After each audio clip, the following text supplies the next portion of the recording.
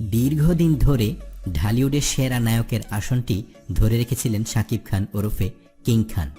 জনপ্রিয়তা, পুরস্কার, পারিশ্রমিক সব দিক থেকেই তিনি ছিলেন এক নম্বরে। কিন্তু শাকিব খানকে পেছনে ফেলে দিয়ে এবার সেরা নায়কের আসনটি দখল করে নিয়েছেন ঢাকাই চলচ্চিত্রের আরেক ড্যাশিং হিরো আরিফিন শুভ।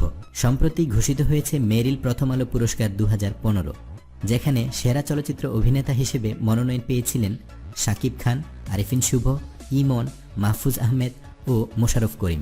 ছুঁয়ে দিলে মন ছবিতে অভিনয়ের জন্য সেরা চলচ্চিত্র অভিনেতার পুরস্কারটি জিতে নেন আরিফিন শুভ। উল্লেখ্য, বেশ কিছু বছর ধরে পুরস্কারটি জিতে আসছিলেন শাকিব খান। তবে এবারই প্রথম শাকিব খানকে হটিয়ে সেরা নায়কের আসনটি অর্জন করলেন বাংলা চলচ্চিত্রের একজন জনপ্রিয় অভিনেতা আরিফিন শুভ।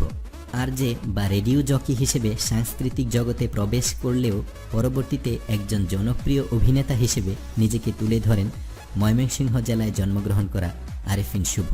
দর্শক, আরিফিন শুভর এই অর্জন ও শাকিব খানের পিছিয়ে পড়াকে আপনি কিভাবে দেখছেন তা কমেন্টের মাধ্যমে আমাদের সাথে শেয়ার করতে ভুলবেন না।